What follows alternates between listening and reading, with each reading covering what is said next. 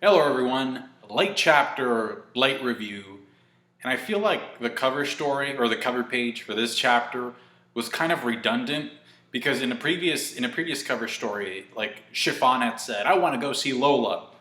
And then all we get this week is just Capone saying, yes, let's go ahead and do the thing that was heavily implied in the previous cover that we were going to do anyway. Although it makes sense because he's the captain, so he's the one who decides what the crew does. And I also liked how you can see Vito with Pez, lifting him up. Pez is the circle of life. Can you imagine if he actually threw him into the water? That'd be a cover story that I would love to see. No, but seriously, I think you could have just off-screened this cover, and we would have understood, right? So stuff that Oda can off-screen, he doesn't off-screen, but stuff that we really want to see, he off-screens. It's the next day, and we find that Zoro has Gyukimaru on his back.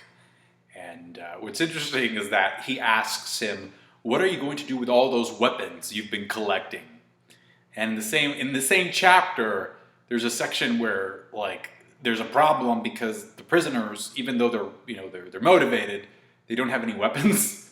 So there's a deficit of weapons, and in this chapter, we literally have a weapons collector being defeated and being asked, what are you going to do with all those weapons? So you get a question and an answer in the same chapter. So those weapons are going to go to the Alliance, and it's especially confirmed because Gyukimaru knows who Kawamatsu is, as we find out by the end. We get a little bit of history from the Bridge Bandit because he says that ever since Shusui was stolen, that's kind of where the downfall of Wano began. So we know that Shusui was stolen along with Ryuma's corpse 23 years ago.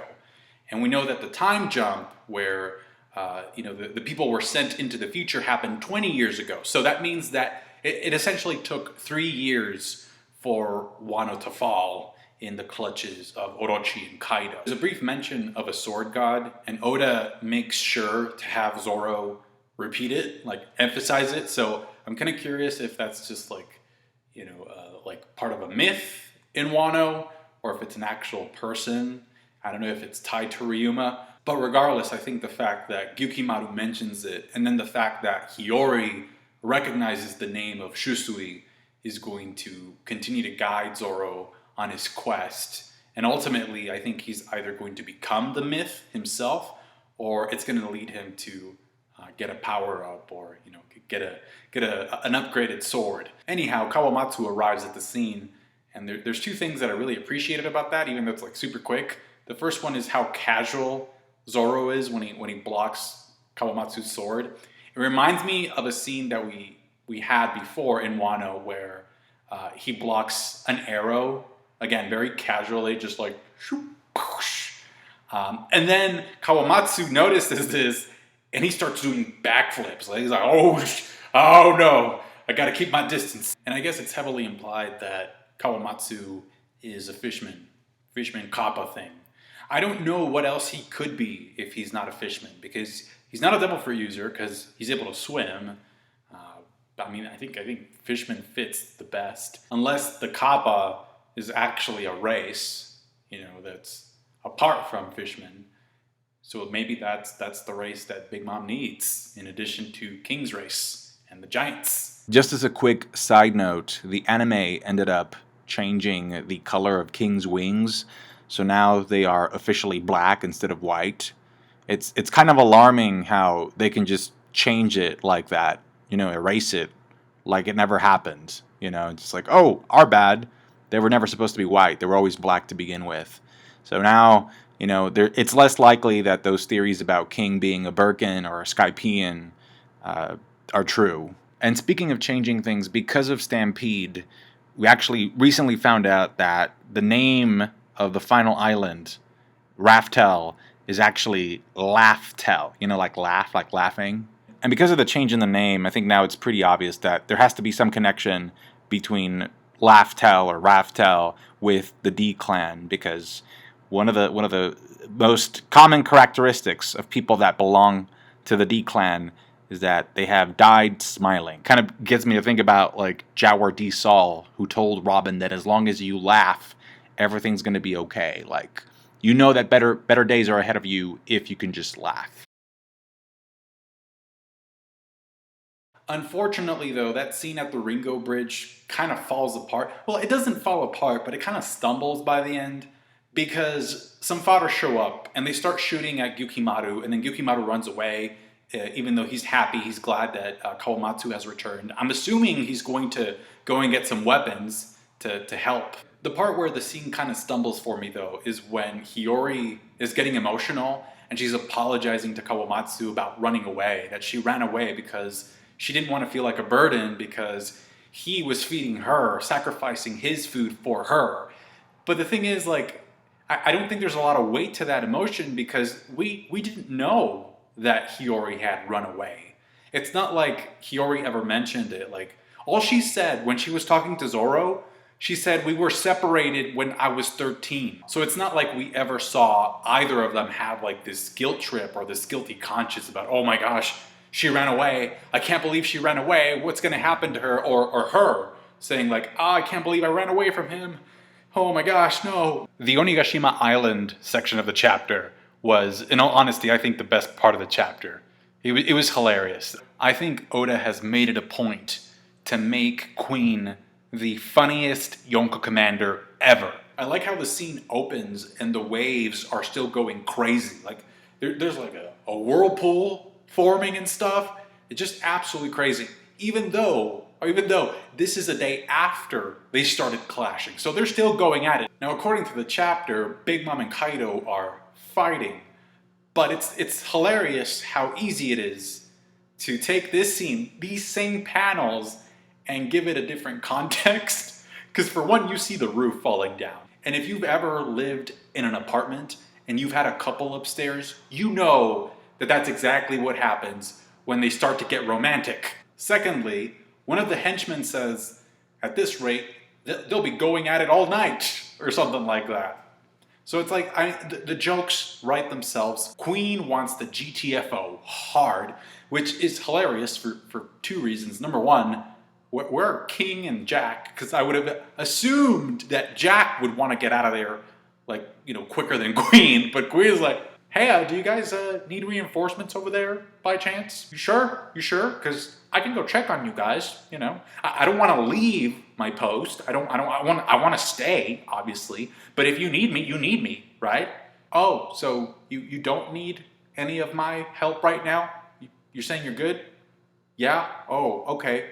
Well, how about if I brought you guys pizza? What if I showed up just to mop the floors? It's crazy to me how a Yonko versus a Yonko can be fighting. They've been fighting for like about a day, right? A little bit over a day, or about a day, right? So if that's what it takes, if for two Yonko, right, two evenly matched characters, right, are clashing. They've been clashing for that long. Imagine how long it's going to take somebody like Luffy, who is around first Yonko commander level, all right, to try and take down Kaido. It's crazy. It's out of this world. Like, Big Mom versus Kaido already lasted a day. How long does a character that is a first Yonko commander, like power-wise, right? How long is it going to take for a character like Luffy to take down Kaido? If these Yonko level characters are clashing and they're still going at it, no sign of stopping. Now, another thing that Oda could do with this, unfortunately, and this is why I would want to see the fight, or at least see like how much damage they have on them, is because Oda could use this opportunity for both of them to injure each other. And so that way Kaido is not at full for the final Battle of Wano. And that would give Luffy and the Alliance an upper hand. Like, maybe Big Mom, already dealt some damage. And maybe Kaido dealt some damage on Big Mom. We don't know. But I do think it's possible that Oda could be using this moment as a way to hinder Kaido, or at least, give him some kind of damage so that he doesn't go in clean up against Luffy by the climax of this arc. And again, it's just speculation, but I do remember that at one point Oda did say, I still have no idea how Luffy's going to defeat Kaido. So this could be part of the setup towards it. Of course, we find out that Otama has been using her double fruit power with the Kibidango to control Babanuki, or Old Maid, to send out false information to Queen. And this is why, like, that little girl is kind of broken.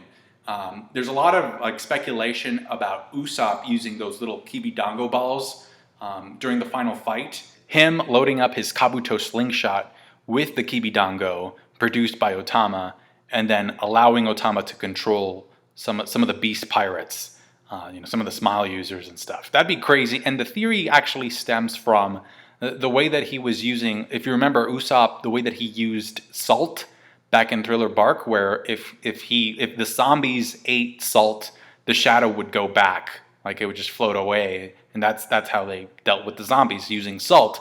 So he could be doing the same thing here, except with the Kibidango, and then having Otama control all these animals. Anyway, Caribou says that because of what he did to sort of mess with communications, now the Alliance owes him a favor. So I'm kind of curious what favor he's going to ask of them, although technically I think he just wants Luffy's protection, to be honest.